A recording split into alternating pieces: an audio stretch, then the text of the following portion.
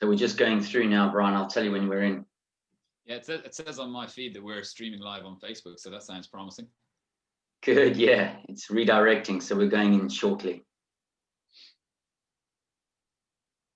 Yeah, I'd actually lined up a few of these sort of Instagram live and Facebook live things during lockdown that kind of never they were planned but never got around to being completed. But so hopefully we're going live now.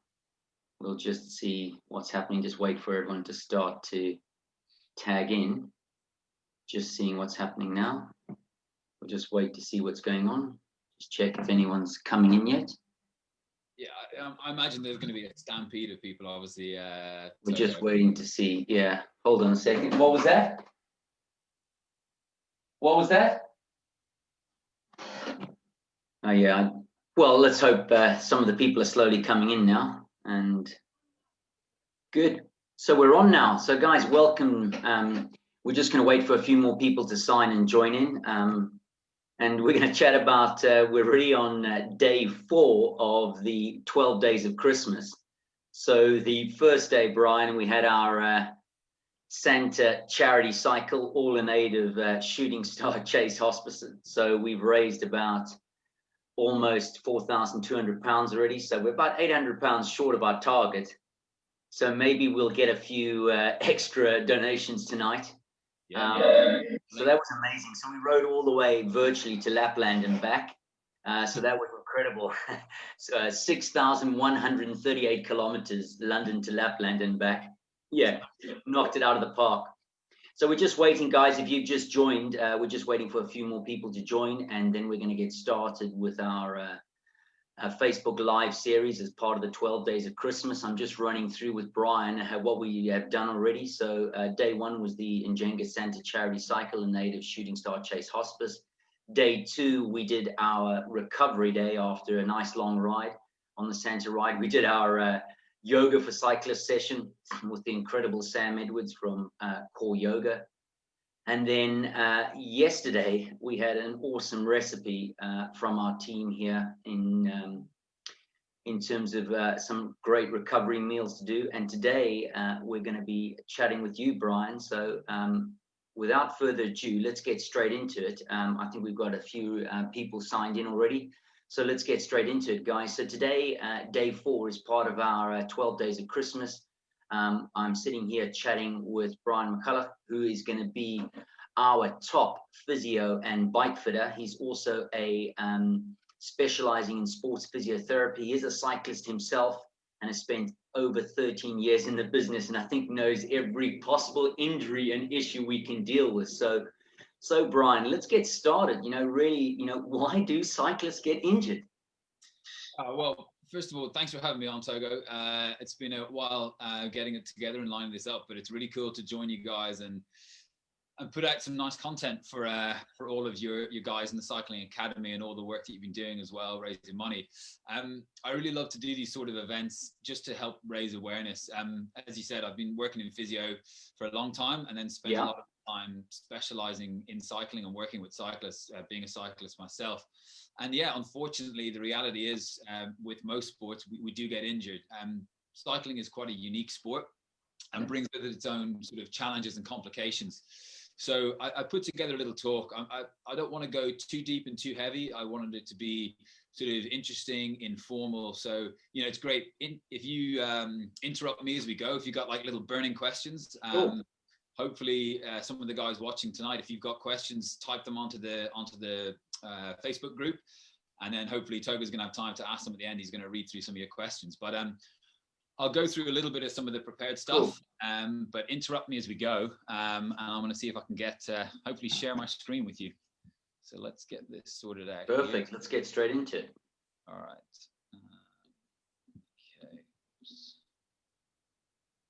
Okay. So can you see my slide? Yep. Wait. Okay. First bit started. So so we'll talk about why do cyclists get injured. Well, I guess we can easily just subdivide it, first of all, into there's 2 main reasons. One is the rather unfortunate coming off your bike. These are pretty obvious ones. We don't tend to miss these injuries. They tend to pretty quickly lead us to time off the bike. So we're either going to have a crash or a fall. We identify them quickly because we've come off the bike. And generally speaking, we're talking about abrasions, lacerations, broken bones, and that sort of stuff. So we pick these up, and generally speaking, as a result of that, we deal with them pretty well. Okay. What we also see with the other half of the injuries that we get, so they're split about 50-50 in terms of injuries that cyclists suffer with between trauma and overuse injuries. So with overuse injuries, we have this sort of progressive onset. They tend to be underreported. We see that riders continue to push on with pain. And as a result of that, they are mismanaged and can end up being more problematic than sometimes even those traumatic injuries that we see in the first instance. So we're going to kind of focus most of our energy on more the sort of overuse injuries, because that's perhaps where we see most people struggling, whether it's trauma injuries, although they can be pretty dramatic, tend to be more cut and dried in their management, at least afterwards. So why do cyclists get injured? Well, again, we're just talking about the overuse side, and there are lots and lots of reasons here. I'll just kind of throw them all up. So we have a sustained posture where we are engaging in a repetitive movement. So if you're pedaling at, say, 90 RPM, that's going to be something in the region of 5,500 pedal revolutions every hour. So if you're going out for a couple of hours, you might be talking 15, 20,000 repetitious movements of your legs in a cycle. So we've got a sustained posture in one half of our body, but we've got a repetitive movement in the other half of our body. So we see different kinds of injuries and issues affecting our upper body versus our lower body, if that kind of makes sense. Yeah. So the two parts of our body are having to do different things at the same time. Having had a previous injury is the number one sort of risk factor for developing a future injury, and that's kind of across the board for any sport. So unfortunately, if you've had an Achilles issue in the past, it does increase your likelihood of having an Achilles issue again in the future, and the same goes for, potentially a knee problem as well. Strength and balance. So there we're talking a little bit about certain muscles being stronger than others, or certain muscles not being strong enough for the work they need to do. Lacking flexibility ties in somewhat to your bike fit, but also I put there on the right side, poor bike fit. But lacking flexibility essentially means that you may not have the range of motion in key joints, let's say your hip and lumbar spine, to adopt the position to achieve a good riding position, a good effective riding position. I've put down there in the corner disordered training. This is obviously hugely important. It's an area I pick up, but I don't personally deal with. I'm not a cycling coach like you guys, obviously. So this is something I'm sure you, Togo, spend a lot of time dealing with, helping to structure training. Am I right? Yeah, for sure. Yeah, so, and that's where I like to work with cycling coaches and specialists, because I can then identify, well, it looks here like the training may well have led to an injury. Can we maybe get some cycling coaching to go alongside the physio, the rehab, the treatment, to make sure that these injuries don't happen in future? So the three I want to focus on tonight are ignoring those early signs. So if we're not listening to our body and doing a self-assessment sort of MOT of our body, we're going to miss out opportunities to stop an injury developing in the first place. And that's actually, sounds strange, but that's actually a key reason in and of itself why we can develop a full-blown injury that gets us off the bike. I think, Brian, as I was going to interlude there, I think that's a really interesting point, because I think a lot of cyclists these days tend to get that kind of early warning sign just as they're about to start a ride or a training session, and then it kind of dissipates or goes away. But that doesn't mean that it's totally gone. And as you're saying, it's that early warning sign. And I think, that's something that I tend to have a number of issues with as a cycling coach, working, with tons of riders, not listening to, as you say, your body, and doing that kind of once over you look, doing an MOT. We even do, MOT assessments. And that's one thing I pick up a lot, is that early warning signs. So it would be great to chat about, I've got some views on some of the muscles that have, come about as kind of early warning signs and issues. And yeah, absolutely. And I guess one thing is it's perhaps unfair of me to say ignoring early signs, because if we don't know what the early signs are, well, we're not ignoring them. We just don't even know to look for them. So perhaps, I'm hoping that some of these bits of information that we talk about, the guys who are tuning in and watching, you can go away and think, all right, cool, I'm going to be able to keep an eye on that going forward, and perhaps, minimize the chance of developing these injuries. Obviously, I spend a lot of time on bike fit as part of my job, helping, with getting injuries sorted out, improving performance and improving comfort. So that's something we'll look at as well. So let's dive in. So one of the key things I think about ignoring... I love your photo. Yeah. Well, this is really important, right? Because the key theme here is we're going to talk about pain. And as we all know, cycling and cyclists have a really sort of long and storied and intimate relationship with pain and with suffering. And that's why I put up, that's Fabio Aru, who's one of the best pain faces in the cycling peloton. Can you think of a better one? Who's got a better pain face than that? Oh, Jens Bortz used to have a great pain face. But yeah, that's certainly a good one. What about maybe Tommy Voeckler as well, the French guy? Yeah, the exaggerated one. Yeah, I think guys who are listening, let us know who you think, who's got the best, pain face. Drop it down in the comments below. But I think there's a number of riders. Certainly the Italians, I think, win on that side. Definitely. We definitely want to know the best pain face in the pro peloton, but maybe also the best pain face from the Njinga Cycling Academy. I think I can name a few. Right. So we're talking about pain. And the reason we talk about that is, like I said, there's a really close relationship with pain. We talk about pain and suffering all the time. It's a really important part of cycling. If you don't push hard and suffer a little bit, you're never going to see the best of your performance. But we need to know where pain should be and maybe where pain shouldn't be. So if you're feeling pain in and around the actual joints, that's not something that is sort of suggested that we should be pushing into. So feeling pain in your quads because you're working really hard in the middle of an interval set or a hill climb, great. But if you're feeling that pain right in around the knee joint or around the kneecap, that's not something that we would encourage you to be pushing through. The same goes if we're feeling pain or stress right down around the tendons. Again, the tendons are located around our joints. So if we're feeling pain right around there when we're pushing and working hard, that's not something we should be sort of encouraging to push through. The same goes for your lower back.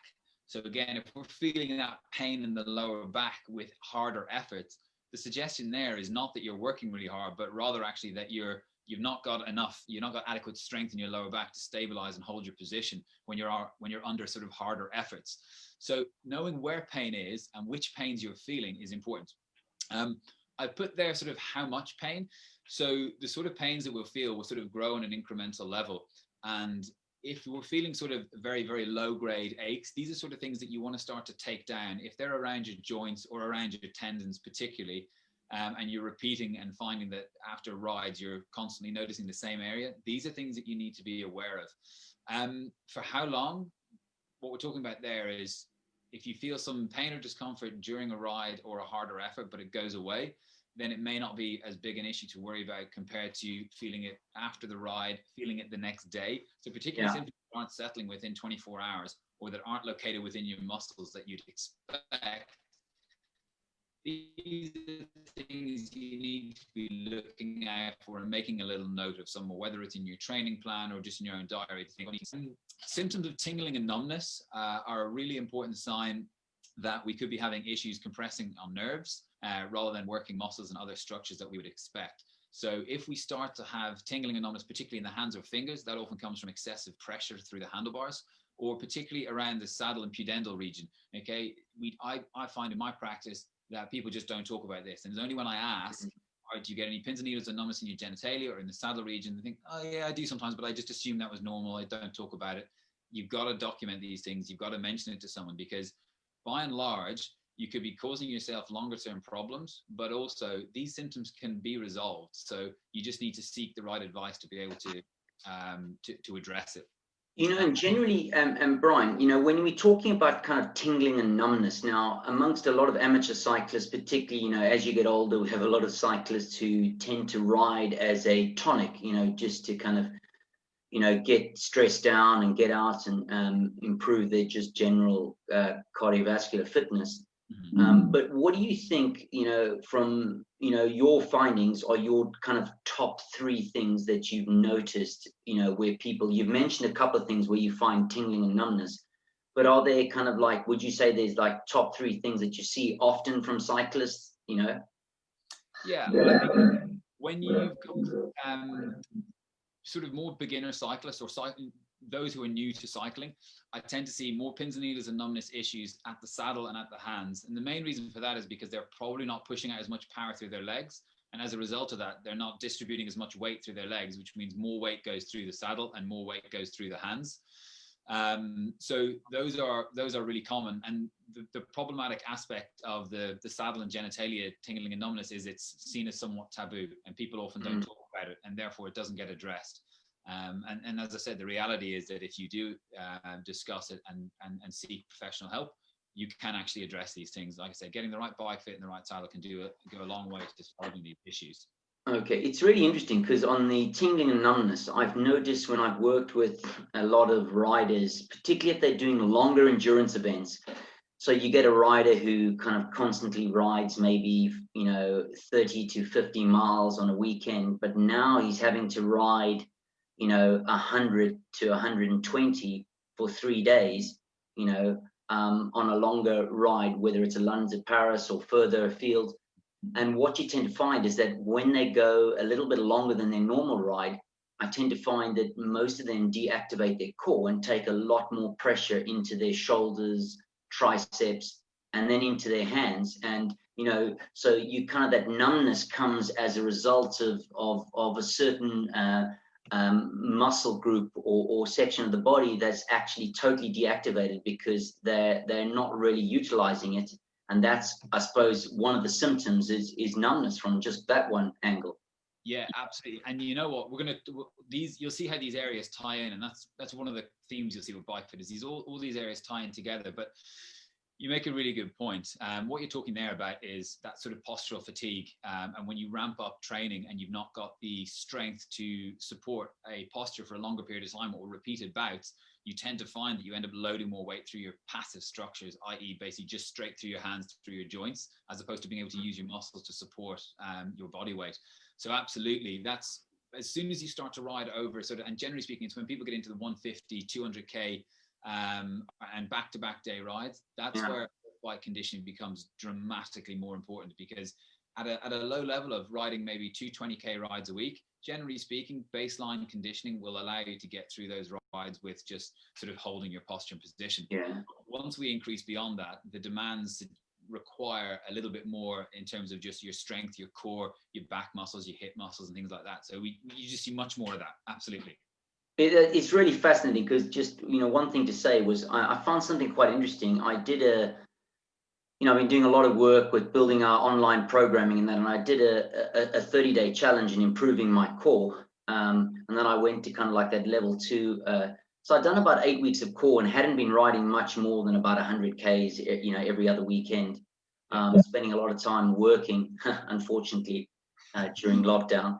But what was really interesting is we did a 200K ride, a long charity ride.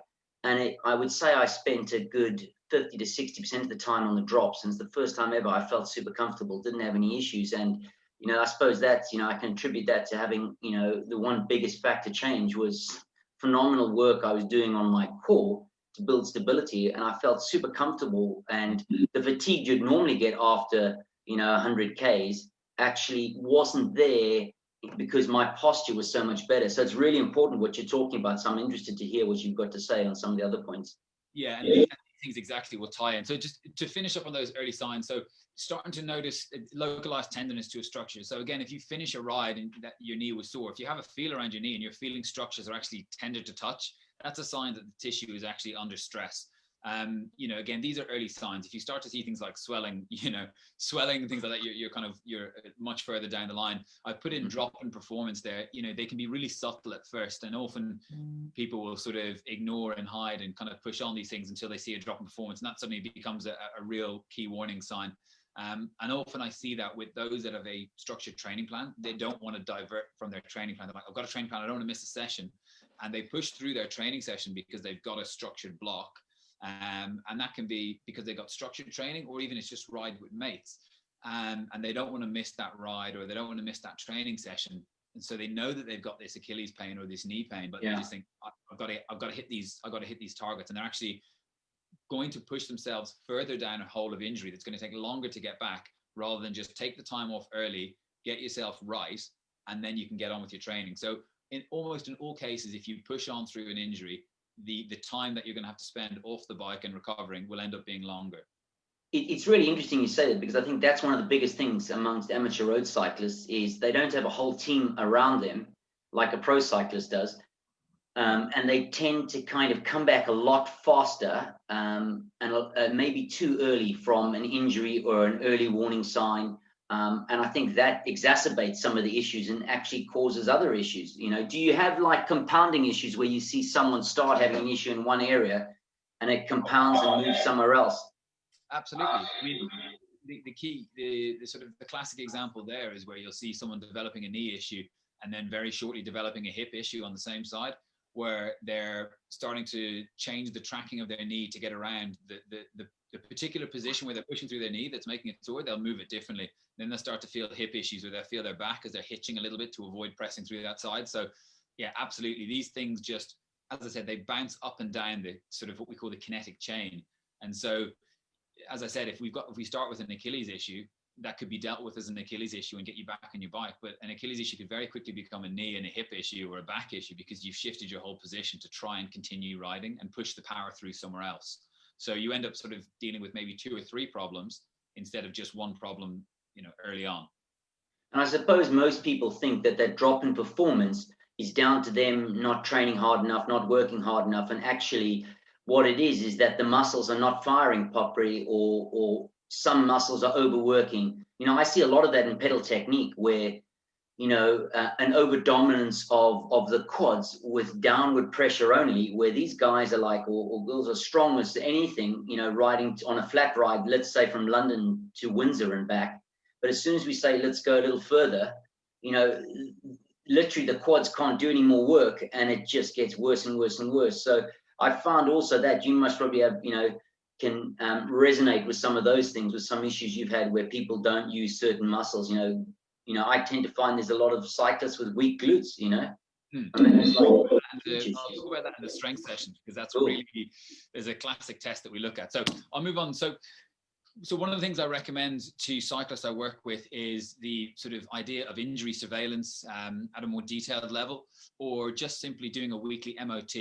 So the things you're thinking about there is, you can see here, grade 1, 2, 3, 4, 5. Grade 1 is these very kind of light things. These are something to kind of take note of. And I've said there, monitor your symptoms. If you're seeing a recurrent area, always my right knee on the outside is getting a little bit tight, you know, settling down between rides, but it's always getting a little bit tight. That's something to keep an eye on. And it might mean that you need to change your training loads.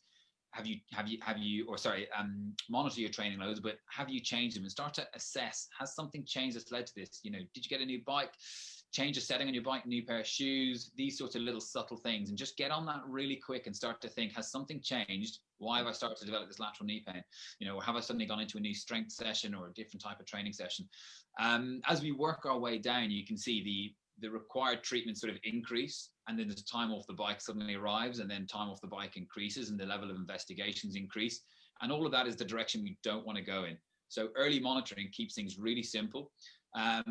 When I'm working with any cyclists, the key thing I always do is I ask them to, almost bombard me with emails, keep in touch with me, just drop me a little note, ask me a simple question, because I can very quickly point them in the right direction without ending up sort of, 4 stages later dealing with a significant training load capacity loss, fitness loss, associated injuries, the psychological effects of maybe missing your training targets and your goals, being off the bike. It becomes a real mess after that. So that's that idea of injury surveillance, and like I said, having that body MOT check over. I think that's great. So guys, sorry, Bryan, guys, if you have any questions on that, please feel free to fire away and ask Bryan as we go along. I think that surveillance and monitoring system is a really important thing many amateur cyclists take for granted, but we like to get to the root cause of a lot of these issues as opposed to simply constantly treating symptoms. So fire away if you've got questions as we go along, drop them in the comment section below. Yeah, exactly. Please do ask questions. And it's exactly that sort of thing, like I mentioned, feeling that pain on the outside of your knee after every ride, don't just hop on a foam roller and hope it'll go away, because there's probably more to it than just hopping on a foam roller. But like I said, we'll come back to that. So we talk a little bit about sort of what the idea of a poor bike fit is, or what a bike fit should do. A bike fit is different to a bike sizing. You get your bike sized hopefully when you purchase it, either through an online retailer, if they can help you at least select the right size of the bike, or through your bike shop. They should help to take some basic measurements and make sure that the size frame that you've got is correct. However, beyond that, we've got to make sure that the other components, whether it's the stem length, the stem angle, the spaces under the stem, and then actually where you have the saddle in terms of height, forward and back position, and the tilt, all of those things make up what is your bike fit. And put simply, a poor bike fit is just asking your body to work beyond its optimal ranges for a long period of time. So that's muscles either working at overstretched positions where we know they're weaker, over shortened positions where we know they're weaker. It's asking joints to work at end of range extension, so fully straight, or prolonged periods in deeper ranges of flexion or bend. So those things are essentially putting load that we know we're going to put through the body, whatever it is that you're pedaling, but asking it to do it in positions where we're not functionally as strong and also not able to perform as well. So what that leads to is increased instability on the bike. And what we mean by that instability is just that you're constantly shifting or shoving or moving around on the saddle. And you're constantly having to move and shift your hands around at your contact points. This increases friction and pressure over the saddle, so the potential likelihood of developing things like saddle sores, power imbalances, and then having to use postural muscles to actually maintain your stability on the bike. And if you're having to activate more muscles just to stay balanced, you're wasting energy that could be put to just pushing the bike forward. Oh, I love that, Bryan. That's music to my ears as a coach.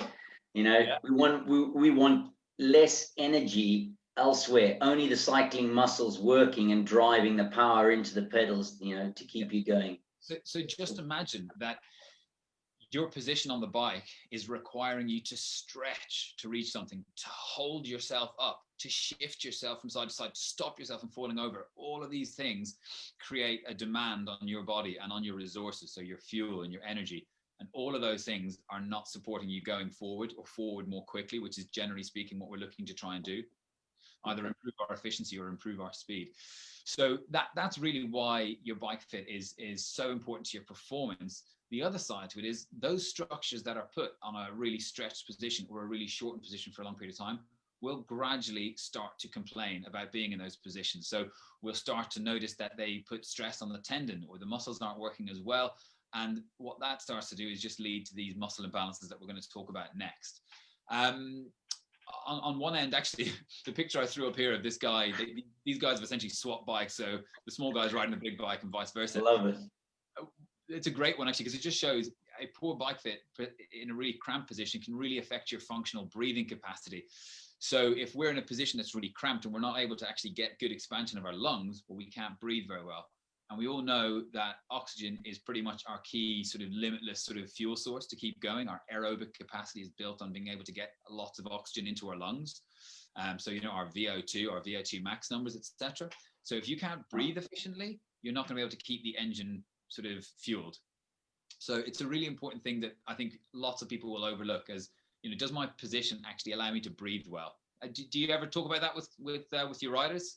Yeah, we talk about a lot, you know, kind of, you know, opening the diaphragm, you know, being well positioned. You tend to find as well that cyclists, you know, when I work with a lot of them and check their MOT, one funny thing I notice is really the rolled shoulders in, you know, from not stretching their upper body, not opening themselves out, very rounded back, sometimes hunched down, not really as tall as they normally are. I think, you know, as you get older and you just keep cycling and don't really stretch properly, I tend to find they get shorter as you get older, just from, you know, not keeping your range of motion. I've always been a big believer of yoga, and, you know, when I do a lot of racing, it's a big part of my program is yoga and range of motion and flexibility and mobility exercises, you know, pre and post, you know, dynamic and static. Absolutely. And actually, the bit I just threw at the bottom there is, we're talking mostly about overuse injuries, but of course, if your bike fit's really poor, it's going to affect how well you control the bike and how confident you feel on the bike. And of course, if you're not very good with your bike handling skills because the bike fit's not great, it's going to increase your risk of having a crash or a fall. So there's a kind of a downstream issue there if the fit's not good. And one of the ones I really commonly see is with people who are scared of descending because their weight's really far forward. They've got lots of weight on the front of the bike, and then when they go downhill, they've even more weight thrown on the front of the bike, and they're scared of descending.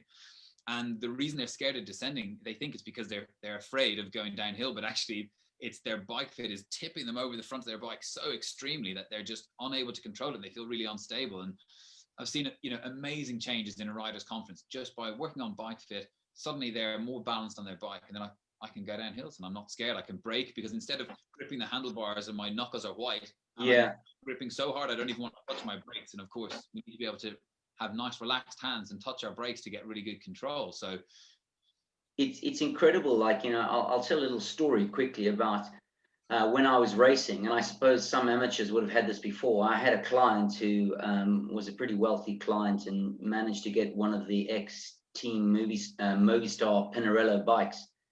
And I kind of trained him up, and it's like, it's his first bike. It's like getting, you know, like a Ferrari as his first bike, which is not the greatest thing for a beginner to be on a Ferrari to start. It's very twitchy, aggressive.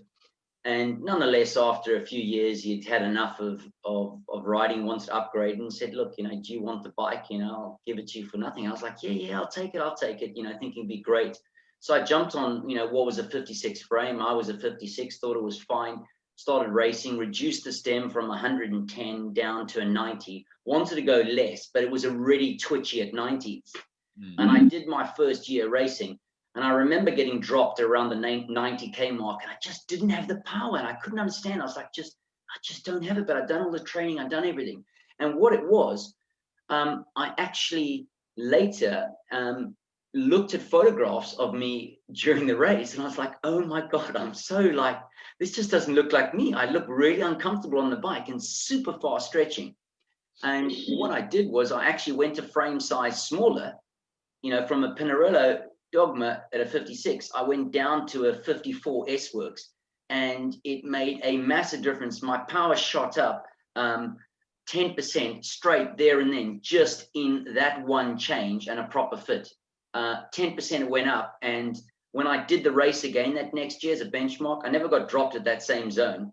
And a part of it was literally my position. I was exhausted, you know, at 90 Ks and just couldn't keep riding in that stretched position. So, yeah. And also the one thing I'd say is, I'm sure you know this, Brian, but I noticed a massive difference in the handlebars when I came in a little bit smaller as well and moved from a 42 to a 40. I noticed like a big change as well. A lot more comfortable on the bike. Yeah, I mean, what you've described there is a great case study of where bike fit was limiting the actual capacity and performance you had within your body. And so, you know, and essentially this is when I talk about bike fitting and working for my physio side of things, it's kind of why I set my business up this way. Is it is about the bike and it's about the body. And if one has to fight too much to get to the other, we're going to lack performance. So if the body has to work too hard to get to the bike, we're going to either develop injuries, affect our performance, affect comfort. And if the bike has to work too hard to get to the body, i.e., you know, super short stems, really low saddle height, then the bike's not going to perform very well. So the idea there is to get a nice balance between the body working well with a bike that fits well, and then that way we can get the best performance, the most comfort, the most sort of enjoyable sort of riding experience at whatever level that you're actually trying to achieve. Yeah, I agree that, because it's interesting that I realized that no matter if there's a shiny Lamborghini outside, you know, that bike is just perfect for you. If it's the wrong size, don't get it, because at the end of the day, it's going to be detrimental. So I had a lot of, you know, extended injuries as a result off the back of that, from just being, you know, one frame size too big, you know, and trying to bring the stem down made the bike already at a 90 stem was very twitchy. So going around corners and racing when most other guys were quite relaxed, I was like, it was super twitchy all the time, the bike. So yeah, really interesting to think about that, guys, when you're riding. So the final sort of element that I wanted to talk about. I love your photo. Yeah. Yeah, I mean, whenever it comes to strength, I probably always have to bring up a picture of Robert Forsterman, just because his legs are just freakish, right? So yeah, so we might not need quads like that, but I guess I just wanted to pick out some of the sort of classic strength-related issues. And this, you mentioned this earlier, Togo, which was this idea of riders being quad dominant with poor glutes. A really good test that I'll just get any of you guys listening or tuning in, something to test here is, number one, our legs have to work individually when we ride our bikes, okay? So if you do any off the bike exercises and they're just double leg, like a squat, for example, that's not bad, but we need to have some single leg exercises. So the little test to do is get a chair, you know, your kitchen chair, for example. If it's around your knee height, that's the sort of target height, because that's going to take you through the range of motion that you need when you're cycling. And what I'd want you to try and do is see if you can do 10 sit to stand movements on an individual leg. The reason the sit to stand is so important is because it encourages your hip to come back behind you, which will require the glutes to work. And generally I'll see a rider either trying to just bend their knee, which means their hips never get back to the chair. Yeah. Or if they do, they just fall back in the chair and they can't get back up. I can imagine there's some people trying it right now, Bryan. Try it, guys. How are you getting on? This is your quad dominant glute deficient cyclist. And it's a really simple test. If you can't do 10 reps on each side, or you can do maybe you can do 10 on one side, but only 4 on the other. Well, guess what? We're going to have an imbalance when we're on the bike. So in terms of your working muscles, that is the number one test that I will fire at pretty much any cyclist that comes in my door, to be able to just get an idea as to whether we're dealing with this sort of quad dominant glute deficient pattern, and is it different between the left and the right side, and then how are we going to go about addressing that. Quads weakness, so we talked about quad dominance, but quads weakness and back extensors from a research perspective are both linked with developing knee pain and back pain within cyclists. So these are two areas that then again I focus on. So yes, we might have quad dominant cyclists, but that doesn't necessarily mean that your quads are strong. And I know that might be a hard one to wrap your head around, but the ability to push through our legs with sort of repetition doesn't necessarily mean we've got the ability to push a high amount of force over a single rep, like say someone like Robert Forsterman, as you can see there with his humongous quads. So just remember, the way to think about this is relative effort. So this is why, in my opinion, cyclists or endurance athletes in any case need to do some strength exercises if they're going to do longer or bigger rides. Is if your maximum capacity is here, and turning the pedals over requires 70% of that, you're using 70% of your maximum strength every time you're pedaling, which means you're going to run out of your strength reserves pretty quickly. If you're stronger, so your maximum capacity is up here, then pedaling requires relatively less of that capacity, which means you can recover more easily. It's more likely to be within your aerobic capacity, and you're less likely to develop that sort of strain onto your joints. So it's just that simple idea of increasing your reserves so that the relative effort of the pedal stroke is lower and your body can deal with it more efficiently. So that's just kind of an analogy to get your head around it. Back extensor strength is different. So back extensors are lower back muscles. So they're not working on driving a pedal stroke. They have to work in a slightly more static way. But again, we need strength to be able to support our position. It needs to be challenged on single-sided and diagonal exercises because, again, the legs are working one at a time. So we need to have the ability of our back extensors to work on one side and then the other side to support that alternating postural demand, if that makes sense. So why do you think cyclists notoriously always have lower back pain? So there's been lots of research on this. Some of the research is centered around that we have to maintain a sustained flexed position. There's been suggestions that as we maintain that position, we develop sort of muscles, ligaments, and joints that are essentially, they lose their ability to control well the sort of neutral spinal posture because they're in a sustained flexed position, coupled with, potentially a sedentary desk job. We lose that conditioning capacity as one reason. And it's the same reason purported as to why rowers, for example, develop a higher proportion of lower back pain, because again, there's just lots of stress and strain through the lower back. My 2 cents on that is that some of the injuries and some of the issues with the lower back will come from a lack of conditioning, a sudden change in riding, or a position that's asking too much of the muscles, either in terms of flexibility or strength or both, to support that. And that's what I put there below, which is that abdominal and core deficiencies. So when you said earlier that you did 8 weeks of core training and suddenly you were able to hold that position on the drops, that's again, another nice little case in point where if you've got great flexibility, you might be able to reach lots of positions on the bike or adapt to lots of positions because they're within your range, they're within your reach. But if you've not got the strength to hold that position functionally, it's not much use to you. So yeah, that's a great point. Yeah. Flexibility is really important because you want to be able to reach contact points to adopt a position. But if you've not got the strength in that position, you can't actually hold it. And that's why you said, you did 8 weeks of core training. Suddenly you were holding that position on the drops, just easy, no problem. So you already had the flexibility. Then suddenly when you train that strength, it was easy to hold that position and you were just pushing power in a more aerodynamic position. And that's where those benefits really come from. And I think it's quite interesting because I hadn't ridden that distance for 12 months plus, but I think because I'd really conditioned myself, as you say, really improved my range of motion, my mobility, and really worked hard on strengthening my core, I just felt so much more efficient. And I think it's trying to explain this to riders that strength training is so important because most amateur riders have not been cycling since the age of 15. They might be learned to ride a bike as a kid, then stop and go and play football or rugby or cricket or another sport. But they've never, always been riding hardcore all the way through. So what's interesting with that is that they come from, I don't know, you maybe find this, like, they come from another sport. I came from rugby with existing injuries from rugby. Other riders have come from other areas. And I suppose you get different bodies, different makeup, different strengths. And sometimes, certain sports will bring certain strengths with them and other sports won't. Like we know, for example, that rowers convert very well to cyclists, not just because they can suffer, but because they use really strong leg muscles. Yeah. And not the other way around. If we look at how things didn't work out for Bradley Wiggins when he into rowing. So it seems to be only one direction.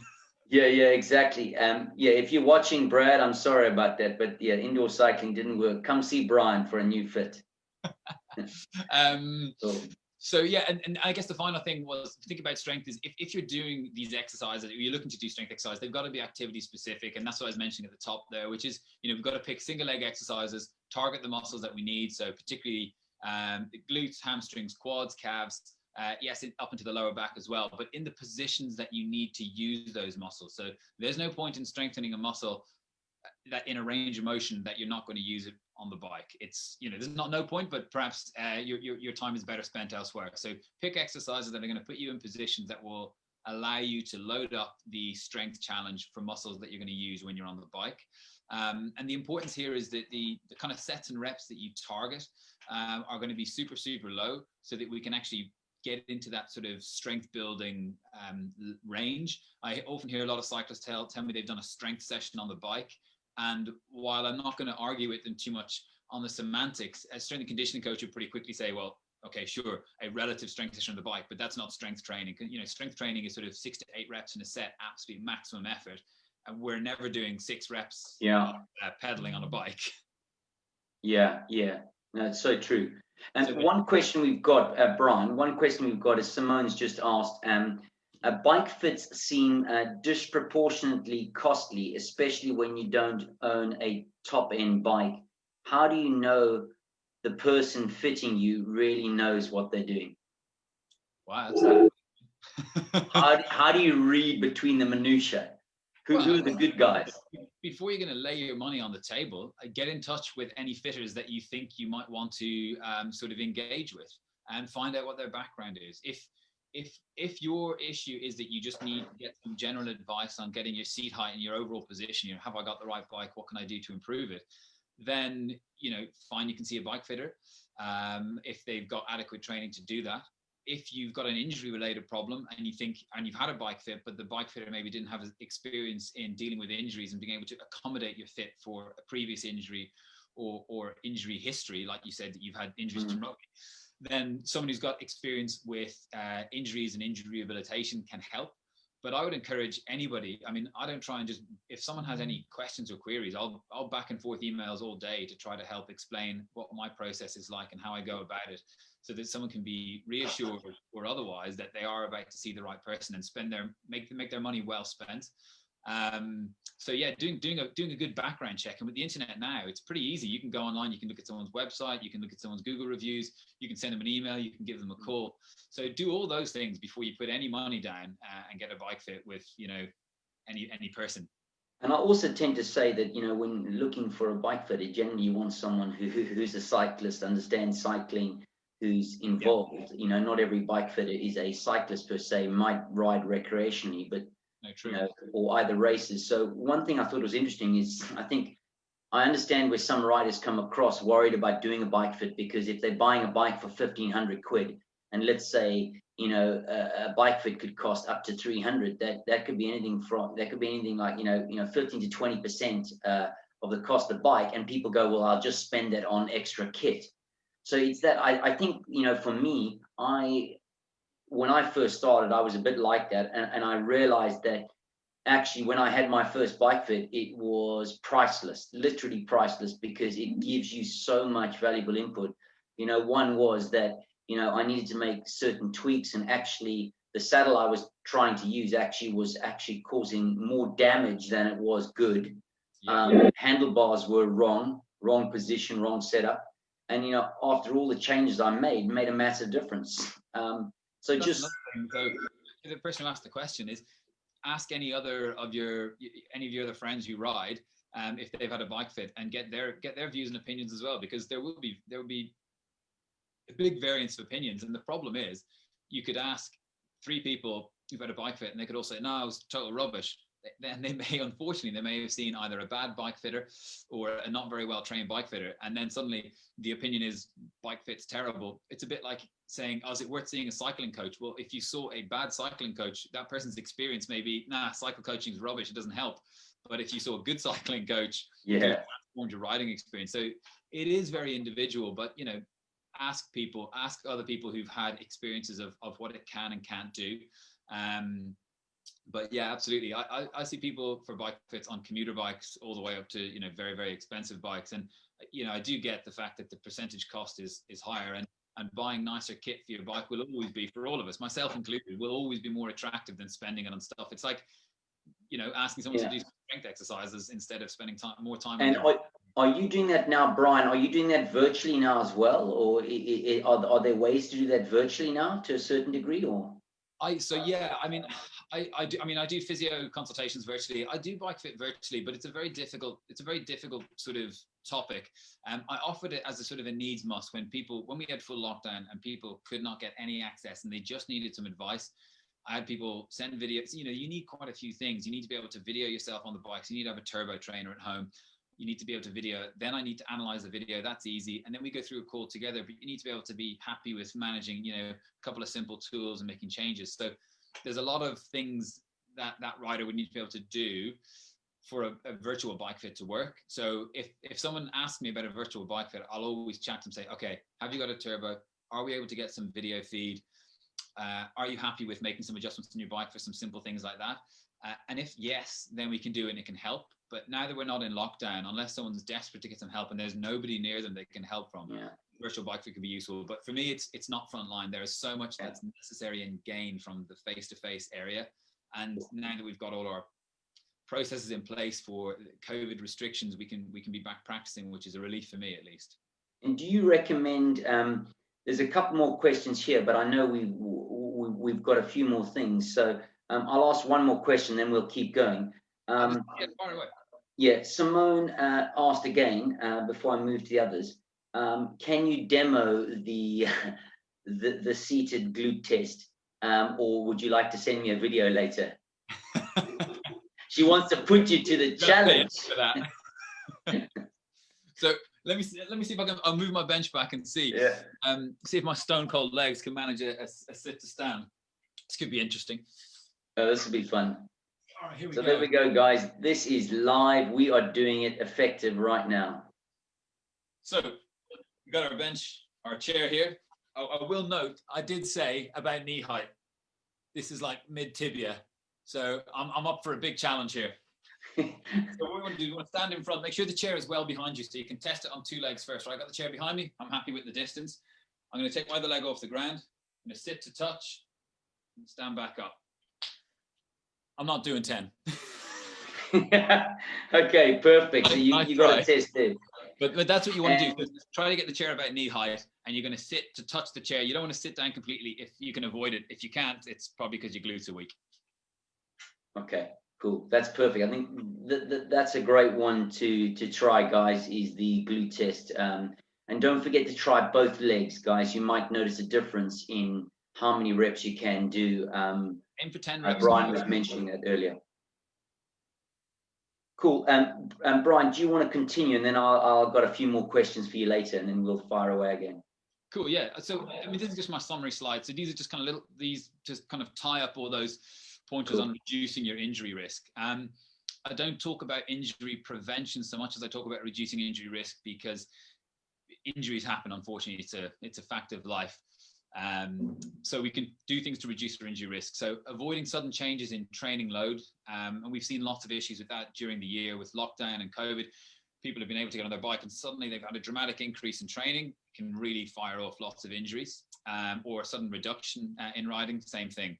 So sudden changes in training load, we want to avoid. We want to have a progressive change. And again, if you're being coached, we should avoid that. Get advice if you're upgrading your bike or components. So if you've had a bike fit before, that you should be able to get some advice on whether a new bike you're buying, whether it's size or geometry, it matches up to your current flexibility and things like that. Changing shoes and footwear, etc. They can all make a big difference to your ride and your fit and your comfort. Shoes is something that's beyond the scope of this conversation, but it makes a big deal. We buy shoes with our eyes, not thinking about how they fit our feet. And bad fitting shoes is a nightmare I deal with on a regular basis. So I'll leave that there. Cool. Getting a bike fit to ensure your setup is comfortable for performance. And here's one just to think about. When you're on your bike, you want to be able to feel that you're just relaxed and draped over the bike, completely relaxed and breathing comfortably. You'll be able to lift your hands off lightly on the bars, one hand, the other hand, changing down to your drops and up to your hoods. If you feel that your hands are pressed into the bars, your elbows are locked out, and you're sort of fighting that bike position, that should be a little voice in your ear saying, this could be better. Either I've got the wrong bike or I need to get my bike fit looked at. So just think about that. Ask yourself that question. When you're riding, are your hands light? Does the pressure feel even through the saddle? Is there points where you're getting pinching or pressure, or do you get tingling? And the same goes for your feet. So just have a little think about that when you're riding your bike. Regular strength and flexibility training is demonstrated to help with reducing the likelihood of developing injuries. So again, as we already talked about, injury surveillance, we talked about our little weekly MOT of monitoring areas and addressing them. And if they're recurrent, perhaps getting some advice, discussing it, and then maybe treatment if needed after that. Recovery days, I think, are really important. Again, COVID and lockdown has seen people leaping up to 6-7 days a week training, and I've seen injuries happen where there's just been no recovery. And if you're targeting a big event, get some coaching, because it's going to help you set up a structured training plan that's going to avoid these sort of things like developing fatigue injuries, overtraining, and making sure that when your event comes up, fingers crossed events happen in 2021, that you're actually at the right performance level to enjoy it rather than struggle through it. Cool. I got another, thanks, Bryan. That's really informative and helpful. I think most people don't realize some of the nuances, and things you said, just, simple things to be aware about. And I love the idea of you also saying, do a simple MOT and a quick run through and just check how your body's feeling. So, I think some of the things you're saying resonate a lot with me as a cycling coach, and, from our academy, that, you don't just simply ride your bike to get stronger. There's so many other facets, bike fit, S&C, as well as doing, flexibility work, mobility, to really build up, pre and post rides, nutrition, how you think about riding, etc.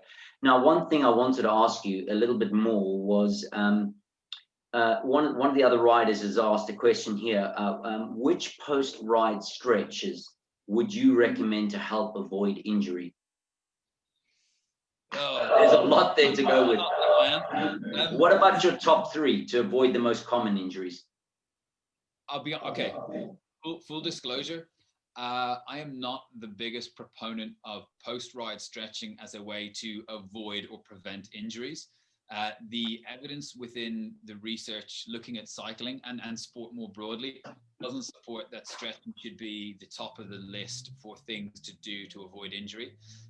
Rather, things like an active cool down, making sure that you have good post-ride nutrition within a sort of a half hour or an hour of your ride.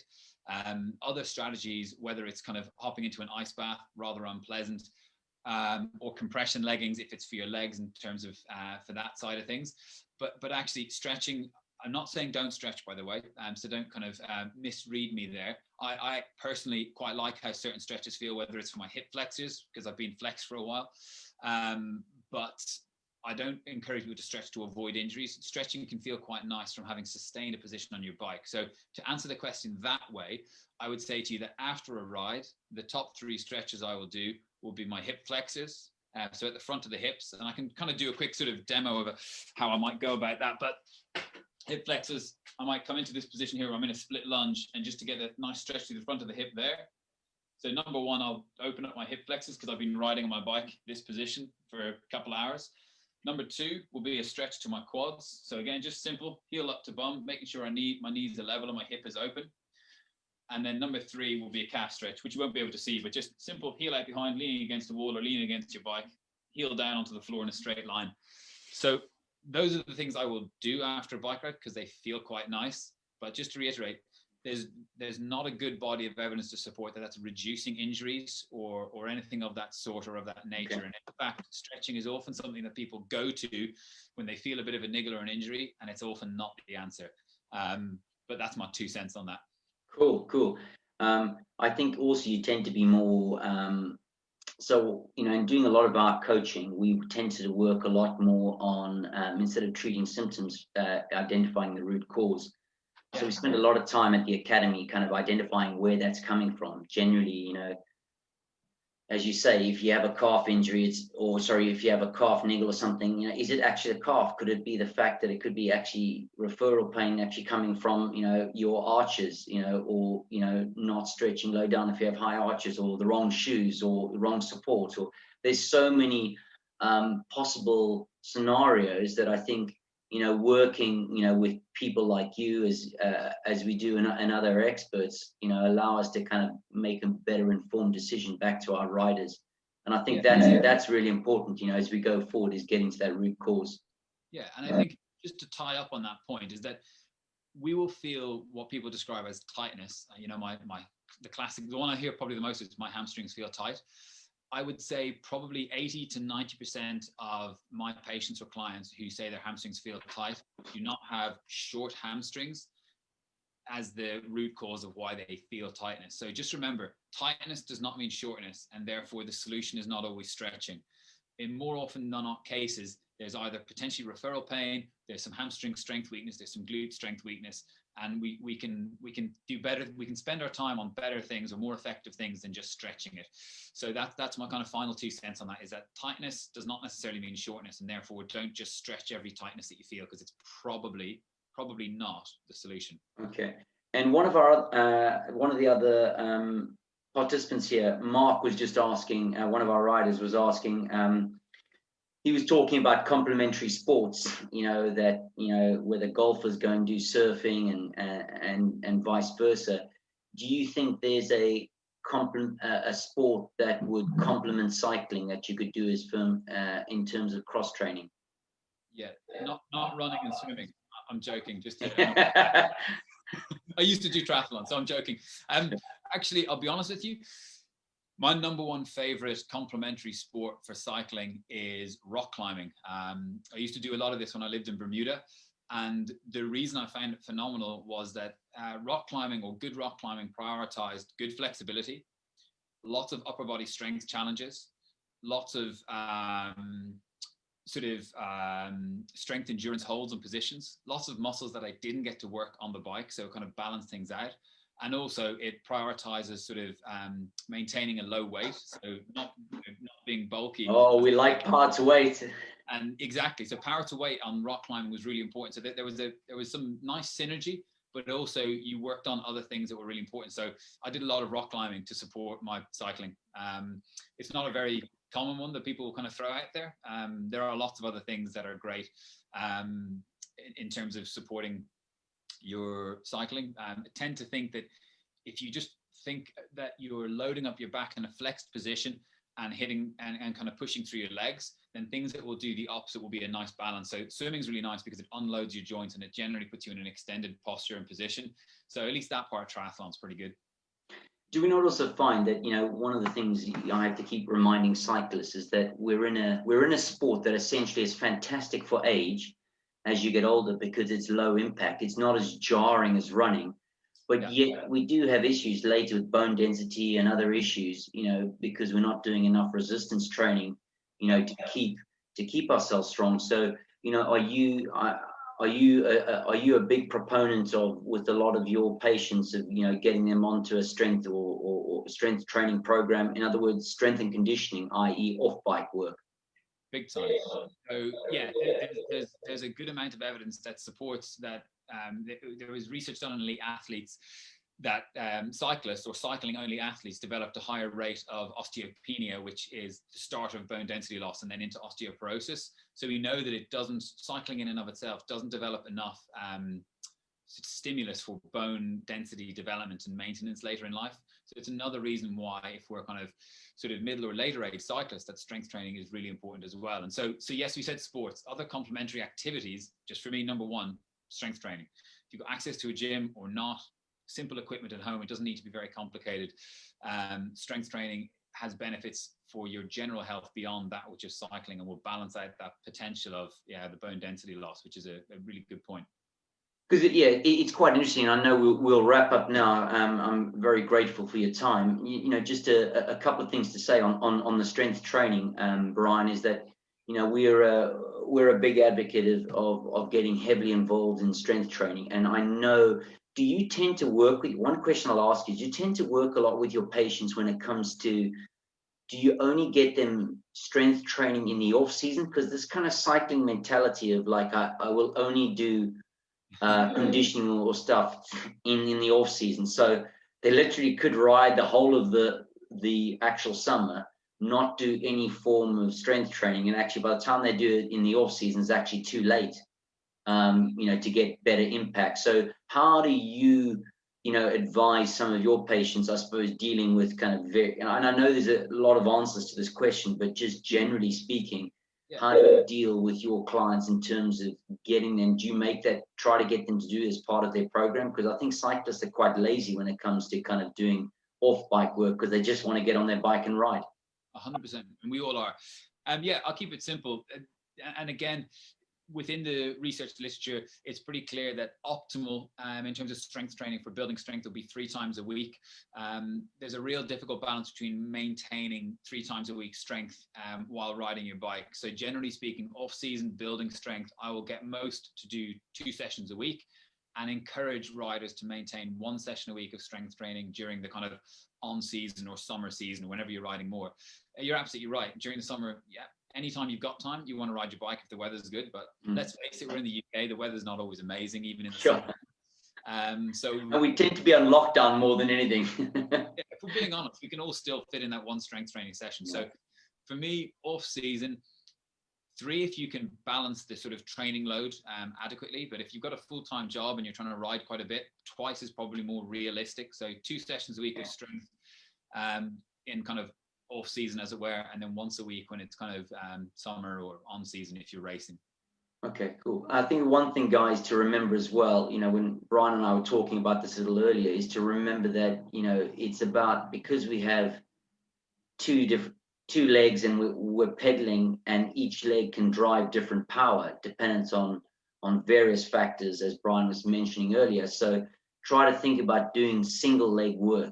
Bryan gave you the glute test, but there's lots of other, like single leg deadlifts, single leg Bulgarian, split squats, step ups, lots of different things you can do. So think about challenging your body in various positions in terms of working on balance and stability stuff, as well as working on individual muscles in each leg. And that'll just help you understand as to where you are.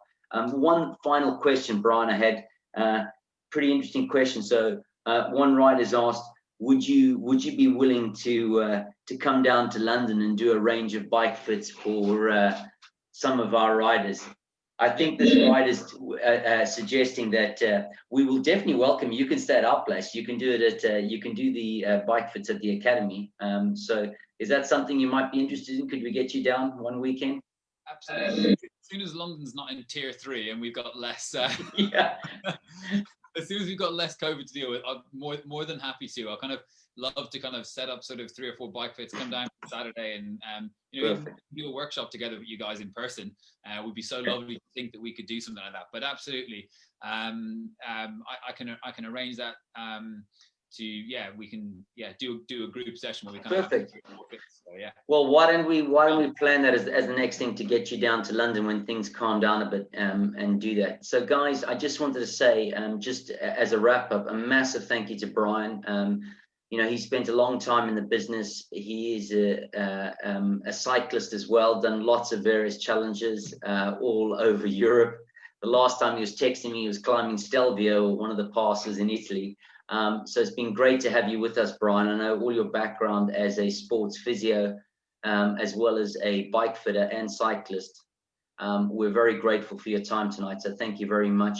Don't forget, guys, as well, that we have lots of strength training programs through our online portal. So if you are interested, do drop a note down in the comment section, and we will get those programs to you so you can have a look and see those various programs. We can also send you various samples. Don't forget as well, tomorrow is day 5 of our 12 days of Christmas, and I'll be up at 7:30 doing a live strength and conditioning session. So if you want to learn how to do single leg deadlifts and Bulgarian split squats tomorrow morning, come along and join us. And also, if you're interested, don't forget Bryan is at the Bike the Body. He is based outside London, but he's still able to do consultations over the phone or chat to you. So do contact Bryan if you've got anything, or come to us and we'll put you in touch with Bryan, no problem whatsoever. Again, Bryan, thank you very much for your time. Appreciate it. I know you're a busy man, so great to have you with us. And if anyone's got any further questions, drop them in the comment section. I know Bryan will be having a look at that live feed once it goes up on Facebook. So he'll be commenting around it. Thanks so much, Togo, for having me on. It was a real pleasure and really good fun always to chat things, all things kind of cycling, bike fit, injuries, etc. Yeah, I will hop onto the feed and hopefully if there's some questions, but you can either email me info@thebikethebody.com, or you can get me on Instagram at thebikethebody. Same on Twitter, on Facebook, any of your, whatever your social media preference is, get in touch. If you've got any questions or inquiries, just let me know. Happy to help out where I can. And yeah, it's been a pleasure, and good luck with the rest of your 12 days of Christmas. Perfect. Thanks, Bryan, and really great to have you with us. All the best. Thank you, everybody. And let us know down in the comment section if you'd like Bryan to talk about any other topics with us. Drop them down in the comment section, and we'll get in touch with Bryan, and we'll do another talk series. Take care. All the best. Cheers, Bryan. Bye.